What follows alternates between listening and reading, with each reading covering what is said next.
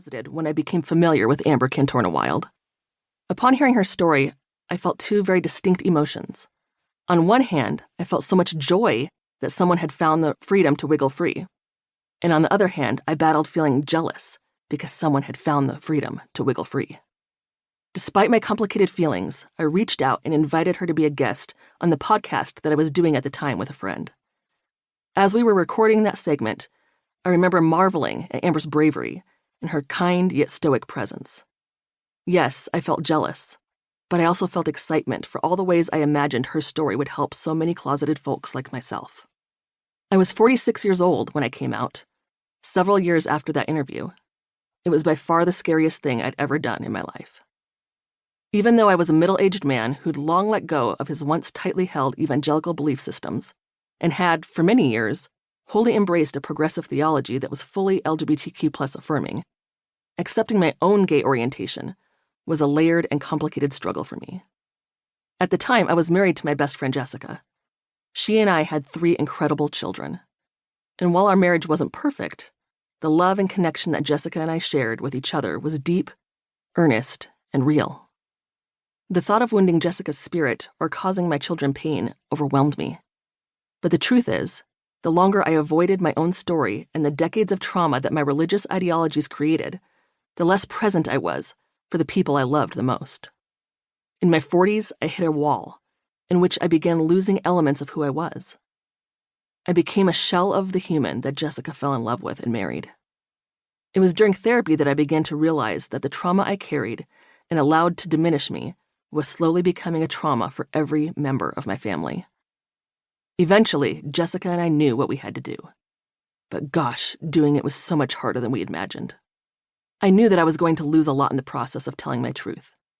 And in the moments when I was still imagining all the things that I'd lose, it was impossible for me to consider that I might also gain something in the telling of my truth. But I pushed through every fear, sometimes very clumsily so. And as my friend told me in the days that followed my coming out, Matthew, you survived the telling. You survived. One of the first people to text me after I came out was Amber. But becoming free enough to speak her story out loud is just a beginning.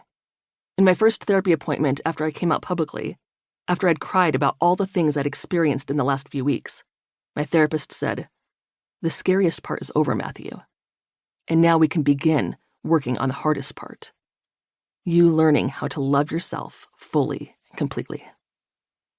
It's on that journey, the one that put me on a path toward loving myself fully, that I began to get brave.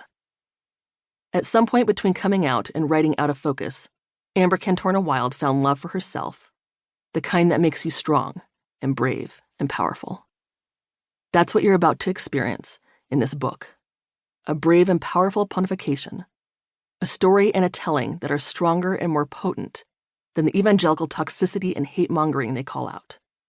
Amber's truth in Out of Focus is light for a church overcome with fear, and life for the souls that fear has tried to diminish. Author's note. The story you're about to hear is my own very personal journey of growing up in the heart of the evangelical movement and discovering that who I was meant to be did not fit within the confines of my religion or my family system.